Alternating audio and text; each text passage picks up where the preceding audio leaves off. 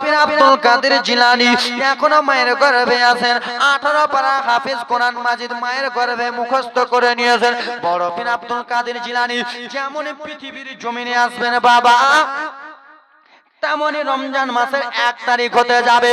জিলান শহরের লোকেরা রে বড় পীরের আব্বার কাছে জানতে আসে, হুজুর ও হুজুর আমরা রোজা রাখবো তো রাখবো কখন?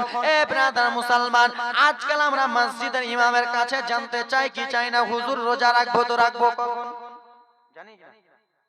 জিলান শহরের লোকেরা সবাই যেন চলে আসতেছে বাবা, বড় পীর আব্দুল কাদের জিলানীর আব্বার কাছে আসবে। রোজা রাখবো তো রাখবো কখন? শাবান মাসটা শেষ হয়ে গেল, যেমনই রমজান হতে যাবে, যেমনই বেরাদার মুসলমান আসতে যাবে, জিজ্ঞাসা করতে যাবে, তখনই জিলান শহরে আব্বা বৃষ্টি বর্ষিত হলো, ঝড় বাতাস হতে লাগলো। সবাই আপন আপন বাড়িতে চলে গেল, সবাই আপন আপন ঘরে চলে গেল। জানা হলো, এ ভাই জানা হলো, তুমি কেন কইলা? একদম মনোযোগ দিয়ে শুনবেন বাবা। শাবান মাস শেষ হওয়ার পরে আরবিকের তারিখ পাল্টায় কখন? এই চাচা আমার দিকে দেখো, এই আরবিকের তারিখ কখন পাল্টায়? এই গমাগে এরা হাফিজ হয়ে গেছে। আরবিকের তারিখ পাল্টায় বাবা মাগরিবের পরে। বাবা সবাই যেন বড় পীর আব্বার কাছে আসছে, হুজুর কখন রোজাটা রাখবো রাখবো কখন? যেমনই আসতে যাবে বৃষ্টি হতে লাগলো, ঝড় তুফান উঠে গেল, সবাই আপন আপন বাড়ি চলে গেল। বড় পীর আব্বার কাছে আসা হলো না বাবা। বড় পীর আব্দুল কাদের জিলানী মায়ের গর্ভে রয়েছেন, আল্লাহর অর্ডার হয়ে গেল। বড় পীর আব্দুল কাদের জিলানী পৃথিবীর জমিনে চলে এলো। বড় পীরের মা বড় পীর আব্দুল কাদেরকে যেন দুধতে মুখ লাগালো, আজানের আগে দুধতে মুখ লাগালো। বড় পীর দুধটা পান করলো বাবা। যেমনই বাবা গো আজান হয়েছে, বড় পীরকে দুধতে মুখ লাগাই। দেখেন দেখেন কারামাত দেখেন বাবা গো, বড় পীরকে দুধতে মুখ লাগাই। বড় পীর আজানের পরে দুধতে মুখ লাগাই না। সকাল হয়ে গেল, আমার একদিনকার বেটা কেন আমার দুধ পান করে না? 8টা 9টা বেজে যায়, বড় পীরকে দুধতে লাগায়। বড় পীর জেনে গেছে বাবা এটা হলো রমজান মাসের 1 তারিখ, আমি তো রোজা রাখবো, আমি ছোট্ট বাচ্চা রোজা ভাঙবো না। জননী রে 10টা 11টা বেজে যায়, বড় পীর দুধ পান করে না। মহিলারা এসে বলে, ও উম্মুল খয়র ফাতেমা আমরা রোজা রাখবো তো রাখবো কখন বলো না? রমজান মাসের কখন 1 তারিখ বলো না? সেই সময় উম্মুল খয়র মা ফাতেমা বলতে লাগলো, জিলান শহরের মহিলারা রে আমার বেটা আমার বেটা ইফতার সেহরি পান করেছে, আমার বেটা সেহরি খেয়েছে, আমিও সেহরি খেয়েছি। আমার এই বেটা বড় পীর আব্দুল কাদের জিলানী আজানের পরে এখনো দুধ পান করে নাই। এটাই হলো রমজান মাসের 1 তারিখ, প্রথম রমজান। জোরে বলুন, এটাই হলো প্রথম রোজা, প্রথম রমজান মাসের 1 তারিখ। বাবা গো আস্তে আস্তে আস্তে আস্তে বড় পীর আব্দুল কাদের জিলানী বড় হয়ে যায়, বড় হয়ে যায়। মা বেটাতে কথাবার্তা চলতেছে, ও মা একটা কথা বলবো মা, আমি যখন তোমার পেটে ছিলাম, আমি যখন তোমার গর্ভে ছিলাম মা গো, তুমি যখন একটা ঘরের মধ্যে ছিলা, একটা ফকির বাবা এসেছিল মা তোমার সঙ্গে খারাপ ব্যবহার করার জন্য। একটা বাঘ এসেছিল মা গো। হ্যাঁ গা বেটা, ওই বাঘটা এসে আমার জানখানা বাঁচিয়েছে। বলে মা শোনো রে, ওই বাঘটা অন্য কেউ ছিল না, ওই বাঘটা ছিল তোমার বেটা আব্দুল কাদের। তোমার বেটা আব্দুল কাদের। মাগো আঙ্গুরে যে হাত বাড়াচ্ছিলা, আমি কেন নড়াচড়া করেছিলাম পেটে জানো মা? ওই আঙ্গুরে একটা বিষাক্ত সাপ ছিল, তুমি যদি আঙ্গুরে হাত দিতা সাপটা কেমড়ে দিত। ওই জন্য মা আমি জানি তোমাকে কামড়াতে দেব না, ওই জন্য আমি নড়লাম মা। এ ব্রাদার মুসলমান, আস্তে আস্তে বড় পীর আব্দুল কাদের জিলানী বড় হয়ে যায়। তিনি তো একজন আল্লাহর ওলি মা রে, যেমন তেমন সন্তান নয় মা। ও মা তুমি আজকে পর্দা করো মা, আজ থেকে তওবা করে নাও, 5 ওয়াক্ত নামাজ ছাড়বা। জানতেন না একার না হয় জানতে না কেন না? ও দিদি বোন আমার আপারা শোনো, আমি তোমাদের ভাই হয়ে জোর হাত করে বলে যাই, মারে বেটা হয়ে জোর হাত করে বলে যাই, আজ থেকে বলতেছি মা তওবা করে নাও, তওবা করে নাও, 5 ওয়াক্ত নামাজ ছাড়বা না। তোমার পেটে যদি সন্তান থাকে মা, তুমি আল্লাহর কোরআন পড়ো, নামাজ পড়ো, রোজা করো, তাসবিহ করো, তাহলিল করো মা, তোমার সন্তান তোমার নেককার হবে। গাছ যেরকম ফল সেরকম, যেই গাছে যত সাহার দেবে সেই গাছে তত শোষা ধরবে, যেই গাছে বেশি স্প্রেস করবে সেই গাছে ব্রাদার মুসলমান বেশি বেশি বকুল ধরবে, আম ধরবে। মা তোমার অন্তরটাকে যত কোরআনের আলো দিয়ে সাজাবে, তোমার গর্ভের সন্তানটা পৃথিবীতে এসে তেমনই নেককার হবে। আর তুমি যদি এই দুনিয়াতে এখন পেটে সন্তান নিয়ে নাচ গানা দেখো, তোমার সন্তানও তোমার মতো হয়ে যাবে। তাই জন্য বলতে চাই মা, বারবার করে বলা উদ্দেশ্য হলো 5 ওয়াক্ত নামাজ পড়ো। আল্লাহ রাব্বুল আলামিন বলতেছে, এ ব্রাদার মুসলমান, আকিমুস সালাত, নামাজ কায়েম করো। হাদিস শরীফের মধ্যে বলতেছে, তলাবুল ইলমি ফারিদাতুন আলা কুল্লি মুসলিম ওয়া মুসলিমা, ইলমে দ্বীন শিক্ষা করা ছেলে এবং কি মেয়ের জন্য, সকলের জন্য ফরজ রয়েছে। বাবা গো, নামাজ যেরকম ফরজ, ইলমে দ্বীন শিক্ষা করা এরকম ফরজ রয়েছে। মাগো ফরজটা আদায় করিও বাবা, ছেলে হোক মেয়ে হোক। ও আমার বাপ মরছে তো মুলবি সাহেবকে দিয়ে জানাজা পড়াচ্ছি। লালা, তোমার যে ঘরে 3টা ছেলে আছে, তুমি একটাকে মুলবি বানাতে পারো না? নিজের ছেলে যদি নিজের জানাজা পড়ায়, কত কবরে আযাব মাপ আছে জানো? ও নিজের ছেলে 3টা, একটাকে হস্টেলে, একটাকে এখানে, একটাকে ওখানে, কিন্তু মাদ্রাসাতে দিলা না। মাদ্রাসাতে পড়াও, আলেম করো। এ ব্রাদার মুসলমান, আমি এই আজমির হোসেন এত ছোট বয়সে এমনি এমনি বক্তা হয় নাই। একটা হলো মায়ের দোয়া, আর একটা হলো মায়ের আদর্শ। আদর্শ একটু আগে বললাম, গাছ যেরকম ফল সেরকম। বাবা গো, আমি যখন মায়ের পেটে ছিলাম জানেন, মায়ের গর্ভে ছিলাম, আমার মা এখানে ওখানে আব্বাকে নিয়ে জালসা শুনতে যেতেন, জীবনী শুনতে যেতেন। আমার মা ওই জালসা থেকে বলতো, আল্লাহ গো, আমার গর্ভে ছেলে আছে না মেয়ে আছে আল্লাহ জানি না, আমার গর্ভে সন্তান যেটা আছে, সন্তান যদি পৃথিবীর জমিনে হয়, এই ছেলেটাকে আলেম করব। এই ছেলেটা এই বক্তাটা যেরকম করে বক্তব্য দিতেছে, আমার ছেলেটা যেন দেয়। এ জননী আমার মা কেন্দে কেন্দে দোয়া করেছিলেন। তাই জন্য মায়ের দোয়াতে বাবা আমি এত ছোট বয়সে বক্তা হয়েছি, মায়ের আদর্শতে একটা বক্তা হয়েছে। জননী বাবা তোমাদেরকে বলতে চাই, বাবারে তোমার বাড়িতে যদি ছেলে থাকে, ছেলেটাকে মাদ্রাসা দাও। আমি বলি না স্কুলে পড়ায়ও না, আমি বলি না হস্টেলে পড়ায়ও না, আমি বলি না ছেলেটাকে ডক্টর করিও না, মাস্টার করিও না, ইঞ্জিনিয়ার করিও না। আমি বলতেছি করাও, করাও, পুলিশ করাও, ডাক্তার করাও, ইঞ্জিনিয়ার করাও, মাস্টার করাও, কিন্তু ব্রাদার মুসলমান কিছু ইসলামের দ্বীনের শিক্ষাটা, তার ভিতরে জ্ঞানটা দিয়া দাও। ঠিক কিনা? সন্তানটা বাবা হাজি হবে, গাজী হবে, মাস্টার হবে, ডক্টর হবে, কিন্তু বাবা দ্বীনের কিছুটা কথা যেন বলতে পারে, তোমার যেন জানাজাটা পড়তে পারে। এ বাবা, তুমি যখন মরে যাবা, তোমার কাছে আল্লাহর কোরআন যেন তেলাওয়াত করতে পারে। ঠিক কিনা? গানটা বন্ধ করো। এ আব্বা আমার বড় পীর আব্দুল কাদের জিলানী আস্তে আস্তে আস্তে আস্তে বড় হয়ে যায়। লম্বা ঘটনা সংক্ষিপ্ত মারতেছি। বড় পীরের কারামাতগুলো দেখলেন। বড় পীর যখন বড় হয়ে গেল, মাদ্রাসা যাওয়া বাদ দিয়ে দিলাম, বাবা পাকের ঘটনা বাদ দিয়ে দিলাম। এবার বড় পীর যখন বড় হয়ে গেলেন, আব্বা একটা মহিলা, দেখেন দেখেন কারামাতটা দেখলেন। মারে তোমারও সন্তান এরকম হবে মা। বড় পীর আব্দুল কাদের জিলানী কেন টুক টুক টুক টুক টুক টুক টুক টুক টুক টুক করে রাস্তা দিয়ে হেঁটে হেঁটে হেঁটে হেঁটে চলে যায়। একটা মা জননী একটা নদীর ধারে বসে বসে বসে ডুকরে ডুকরে কান্দে। একই দিন এক বুড়ি নদীর ধারে বসে কাঁদে ছেলের তরে। জোরে বলুন। বুড়ি মহিলা মহিলাটা বাবারে নদীর ধারে বসে বসে কান্দে।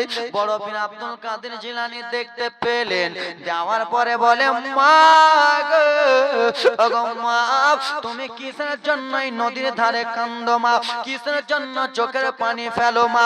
সেই বয়স্ক মহিলাটা বলল, ও বেটা, কি বলবো বেটা, কেন গো মা? বেটা গো, শুনো শুনো বেটা, 12টা বছর হয়ে গেল এই নদীতে আমার একমাত্র সন্তান ডুবে গেছে, নৌকা ডুবে গেছে, পাড়া পড়শি ডুবে গেছে, তাই জন্য আমি ছেলের জন্য কান্না করি। যতই হোক না কেন আমি মা, যতই হোক না কেন আমি 9 মাস পেটে রেখেছি। জননী রে, সন্তান যদি মারা যায় মা সইতে পারবে? পারবে? সন্তান 2 বছর হয়ে গেলে মা ঘরে কাঁদবে, 8 বছর হয়ে গেলে মা কাঁদবে। কেন মা এমন একটা জিনিস? সেই বয়স্ক মহিলাটা জানো আব্বা সেই নদীর ধারে বসে বসে কেঁদে কেঁদে বলে, বেটা, আমার একমাত্র সন্তান এই নদীতে 12টা বছর হয়ে গেছে, ডুবে গেছে। আমি 9 মাস 10 দিন ছেলেকে গর্ভেতে রেখেছি।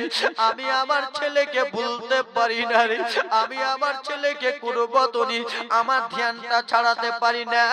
আমি নদীর ধারে এই জন্য আছি, আমার ছেলেটা যদি একবার উঠে চলে আসে আমি মা ধন্য হয়ে যাব, আমি মা, আমি ভাগ্যবতী হয়ে যাব। তাই জন্য আমি নদীর ধারে বসে বসে কান্দি। বড় পীর আব্দুল কাদের জিলানী বলে, মা গো, তুমি কান্না করিও না মা, তুমি কি চাও তোমার ছেলেটা তোমার কাছে আসুক?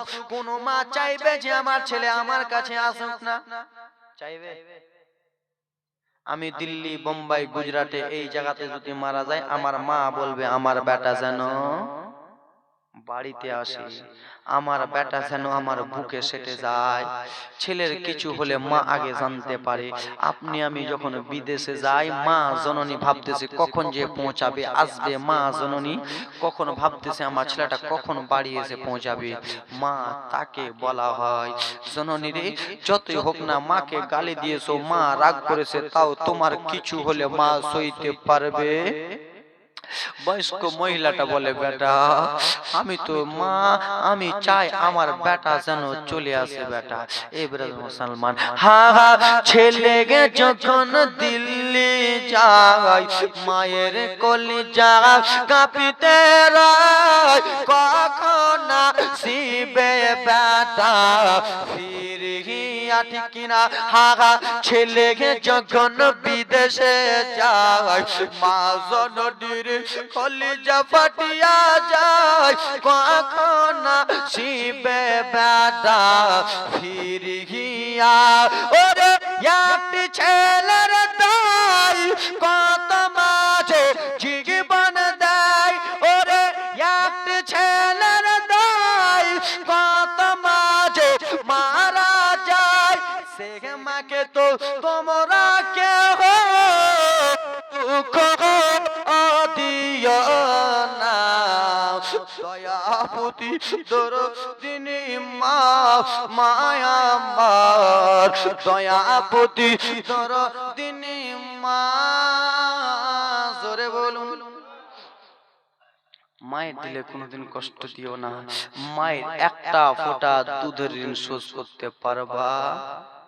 লাখ লাখ কোটি কোটি টাকা যদি মাকে দিয়ে দাও, মায়ের তোমার শরীরের চামড়া যদি মায়ের মোজা করে দাও, পা মোজা জুতা করে দাও, মায়ের একটা ফোঁটা দুধের ঋণ শোধ হবে? হবে? ও মায়ের এক ফোঁটা দুধের দাম কাটিয়া তো রিগিলার চাপ, জুতা বানাইয়া দিগিলে হবে না, দয়াপতি দরদিনী মা। মা কান্না করে বলে, বেটা আব্দুল কাদের, আমার বেটা 12 বছর হয়ে গেছে, আমি আমার বেটা চাই, আমি আমার নৌকা চাই। সেই সময় বড় পীর বলে, মা গো, কান্দিও না মা, কান্দিও না, তোমার বেটাকে আমি এনে দিয়ে দিচ্ছি। বড় পীর একটা ফুঁক দিলেন বাবা, বলল উঠে যা। ছেলে উঠে গেল, নৌকা উঠে গেল। বড় পীরকে সালাম দিয়ে মহিলা নিজে আপন বাড়ি চলে গেল। বড় পীরের কারামাত। আরেকটু দেখবেন। এ আব্বা, ঘটনাটা লেখা আছে আনোয়ারুল বয়ানে। ওগো আমার মুসলমান, বড় পীর আব্দুল কাদের জিলানী আব্বা কিছুটা মুরিদকে নিয়ে চলে যায়, কিছুটা মুরিদকে নিয়ে চলে যায়। বাবা রাস্তার সামনে দুইজন লোক, একটা হলো ঈসাই, একটা হলো মুসলমান। বাবা ঈসাইটা বলতেছে, শুনো, ঈসা নবী মুর্দা মানুষকে জিন্দা করে দেয়, ঈসা নবী মুর্দাকে জিন্দা করে দেয়। সেই সময় মুসলমানটা বলে, ঈসা নবী তো দূরের কথা, আমার নবী সন্তান বড় পীর আব্দুল কাদের জিলানী মুর্দা মানুষ জিন্দা করে দেয়। কি করে দেয়? ঈসা নবীর কথা বলতেছো, আমার নবী মুস্তাফার সন্তান বড় পীর আব্দুল কাদের জিলানী মুর্দা মানুষকে জিন্দা করবে। ঈসা এটা বলতেছে সত্যি কথা, যদি হ্যাঁ মুর্দা মানুষকে জিন্দা করে দেয় তাহলে আমি কলমা পড়ে নেব। ঠিক আছে ব্রাদার মুসলমান, বড় পীর আব্দুল কাদের জিলানী গেলেন। কি হয়েছে গো তোমাদের মধ্যে কথা কোটাকুটি কেন চলতেছে, কথাবার্তা কাটাকাটি কেন চলতেছে? বলে হুজুর, ঈসাইটা বলতেছে ঈসা নবী নাকি মুর্দা জিন্দা করে, আপনি নাকি পারবেন না। ও বলো বলো। বড় পীর আব্দুল কাদের জিলানী বলল, ও ঈসাই বলো রে, আমি যদি মুর্দা মানুষকে জিন্দা করে দিই তাহলে তুমি কি করবে? আমি কলমা পড়ে নেব। ঠিক আছে চলো, তোমায় কোনখানে নিয়ে যাবা চলো। এ ব্রাদার মুসলমান, ঈসাইটা বললে ঠিক আছে গো, ও আব্দুল কাদের চলো চলো, দেখেন দেখেন কারামাত দেখেন, চলো চলো কবরস্থান চলো। কোথায় চলো? কোথায় চলো? কবরস্থানে চলো। ওই কবরস্থানে যে মানুষ মারা গেছে সেই মানুষটাকে তোমাকে জীবিত করতে হবে জননে। ঠিক আছে চলো চলো, ঈসাইটা নিয়ে যাবি তো যা। এক মাস যেই মানুষটার মারা হয়েছে ওই মানুষটার কাছে নিয়ে যা। নিয়ে যা হলো না, 5 বছর হলো যার মরা তার কাছে নিয়ে যা, তার কাছেও নিয়ে যা হলো না। 50-60 বছর হয়ে গেছে যেই মানুষটা মারা গেছে সেই মানুষটার কবরের কাছে যেন নিয়ে চলে গেল বড় পীর আব্দুল কাদের জিলানীকে। ও বড় পীর, আমি তোমাকে আজকে পরীক্ষা করতেছি, তুমি নাকি মুর্দা জিন্দা করবা, কবরের মানুষকে তুমি জিন্দা করে দিবা। ঠিক আছে, এই মানুষটা 50 বছর হয়ে গেল, এইখানে দাফন করা হয়েছে, এই জায়গাতে মাটি ধোয়া হয়েছে, এই মানুষটাকে তুমি জিন্দা করে দাও। জোরে বলো। বড় পীর পারবে কি পারবে না? বড় পীর আব্দুল কাদের জিলানী বলে, ও ঈসাই তুমি এইখানে একটু দাঁড়াও। ঈসাইটা দাঁড়িয়ে গেল। বড় পীর আব্দুল কাদের জিলানী বলতে লাগলেন, বাবা গো ওই কবরের দিকে হাতটা দেখিয়ে বলে, কুম্বি ইজনিল্লাহ। জোরে বলুন। বড় পীর আব্দুল কাদের জিলানী 3 বার বললেন, কুম্বি ইজনিল্লাহ, কুম্বি ইজনিল্লাহ, তুমি জিন্দা হয়ে যাও। বাবা গো ওই 50 বছর হয়ে গেল মুর্দা মানুষ বড় পীর আব্দুল কাদের জিলানীর আওয়াজ শুনে যেন জিন্দা হয়ে গেল। এ ব্রাদার মুসলমান, ঘটনাটা লেখা আছে আনোয়ারুল বয়ানে। এই আব্বাস রাবাত সাফা নাম্বারও বলে দেব, কিন্তু আমার কাছে মোবাইলটা ওইখানে আছে। যাও ব্রাদার মুসলমান, আব্বা গো বড় পীরকে আমরা ভালোবাসি কি বাসি না? বাসি না? দুইজন আল্লাহর বান্দা বলুন তো 500 টাকা করে দেব বড় পীরের জন্য। আসেন আসেন আসেন বাবা। হবে হবে হবে, দুইজন হবে না? একটা আরেকটা